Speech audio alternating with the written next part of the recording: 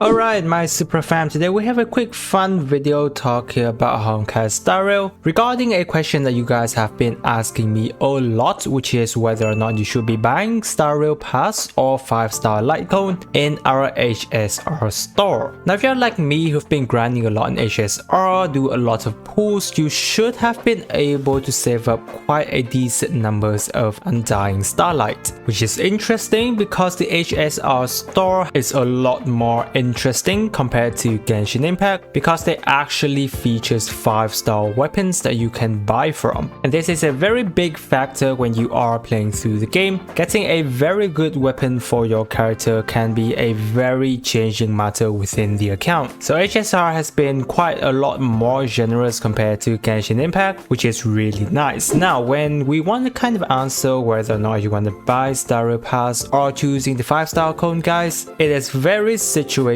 depending on your account. However, from my experience of playing Honkai Star Rail, there are a few deciding factors you want to look into whenever you want to go with either one. So first off, guys, you should go for Star Rail Pass if you're feeling that you are lacking in characters to help your team move to the next level, like in the simulated universe or Forgotten Hold. For example, if you're lacking in a very good shielder like Shepard, or a very good character that can actually do both single and AoE damage like Clara, then you may want to actually consider trying to get Star Rail Pass so that you can do a couple of more pulls and test your luck in order for the next 5-star and have the chance to get the perfect 5-star character to fill in the slots on your team so that they can help you out. Regardless, guys, the fact that 5-star character in the standard banner in HSR are actually really good and viable. Technically speaking, any of the 5-star character you pull will be of help to you in some way, because especially in the Forgotten Hold you will come across the point where you have to build 2 teams, so more 5-star character is generally good. Now if you are thinking about going for light cones, then you should only go for light cones if you're feeling that your team is currently quite complete and doing decently well. Then you can consider 5-star light cones. Now of course, talking about a 5-star roster that feels complete for your account can vary depending on how you feel, but take for example if you've already have very good DPS character like Clara or Yang Qing who is there to help your team deal a ton of damage already, and you don't really need too much of a support 5-star character any longer, then you can actually consider their 5-star light cones, because guys, unlike in Genshin Impact where 5-star weapons in the standard banners are quite generic, in HSR these 5-star light cones specifically focuses on the dedicated 5-star, or in other words, if you able to manage get their specific 5-star light cones, their damage level and support capability will be immensely different. And these 5-star light cones will be basically the BIS option for the standard 5-star character. In a very long time I feel, I don't know if later down the road they'll be releasing more 5-star light cones that's beneficial for these 5-star, but at this point in time these light cones are really well done. So those are some consideration points, guys. However, when it comes to my personal opinion, guys, and how I usually use my Undying Starlight is that first of all, I would either leave them there for the time being if you don't feel like you have any immediate pull you want to do, or I just go ahead and buy the Starlight Special Pass because it is indeed one of the most important pass here in the game so that you can get limited characters banner. As how I feel is that most of the time going for characters, especially the limited ones, is just more important than trying to get the 5-star light cones, since newer 5-star characters will be a lot more beneficial for your team and account than spending 600 Undying Starlight to get the 5-star light cones. But guys, of course this is very situational, and again I was saying that it's very dependent on your account. This is just basically my saying on some of the points that you can follow and then make the best decision for your account. So that should be everything I have to say on this video. I hope that it have been helpful for you guys. If you do have any question, leave it down in the comment section and I will get to you there. If you're new to the channel, guys, be sure to subscribe as I post lots of Genshin Impact videos and Honkai Star Rail videos as well. So it's a free way to support me, plus you guys get a lot of content out of it as well. I really appreciate you guys sticking with me till this part of the video, and with that I wish you a super day and I'll catch you on my next video.